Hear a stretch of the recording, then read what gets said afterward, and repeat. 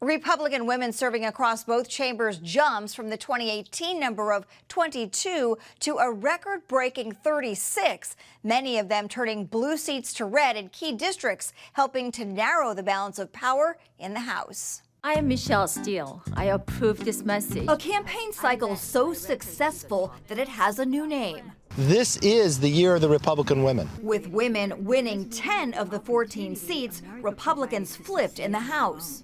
Young Kim. She brought Democrats and Republicans together to protect domestic violence victims. They took various paths to D.C., from replacing retiring incumbents to making the leap from state legislatures, or like Representative Young Kim of California, winning on the second try. A lot of women were just frustrated, and we're not going to leave it up to just the men to do the job.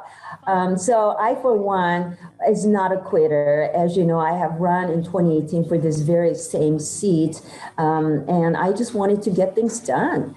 And I'm just glad to be a part of the many women that were elected in this election cycle. Grown a small business here and fought to create jobs right here. This outcome is a far cry from the 2018 midterms when Democrats ushered in a deluge of women, many of color, into the House ranks. Republican women saw the gains that Democratic women have made in recent cycles, and particularly in the 2018 cycle, and tried to make the case to their voters that they need to be a part of the representation in Congress of both parties. While campaigns and credentials are key, their success also reflects the GOP's 2020 push to recruit, endorse, and invest in diversity. The media and insiders can go to... Half of the Republican freshman class are either women or minorities. Immigrants from Iran and Korea, and Ukraine. They have a member of the Cherokee Nation. It will help them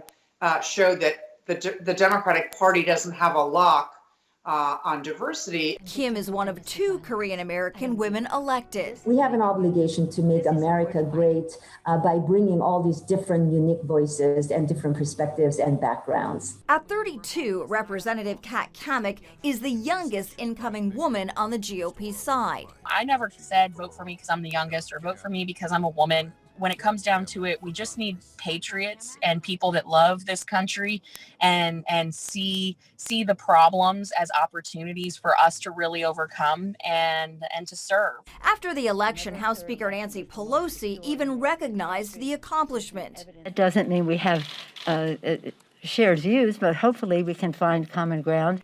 It's unclear whether the olive branch will extend beyond words, with Democratic and Republican women not seeing eye to eye on a number of key issues, including abortion. When she found out she was pregnant, the doctors advised her to abort me. We're going to be very, very vocal on the issue of abortion and pro-life issues, and using that platform as the youngest Republican woman in the country. I think it's important because I think it is really my peers, my generation, that is most impacted by the issue of abortion. Despite the gains, women still fill only a quarter of the seats across both parties.